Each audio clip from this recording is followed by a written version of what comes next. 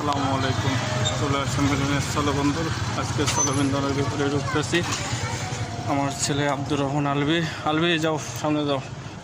আজকে সব কিছু আপনাদেরকে আমরাও দেখবো, আপনাদেরকেও দেখাবো। আলবি, কোথায় আছো? হ্যাঁ,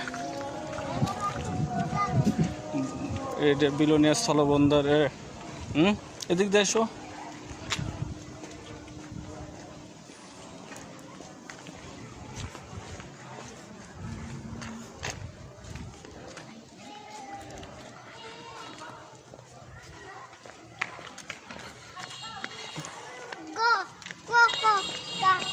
যাও, সামনে যাও। বিশাল জায়গা। ইয়াশা, মানে তোমার প্রত্যেকটা ভিডিওতে আমি একটু আসো।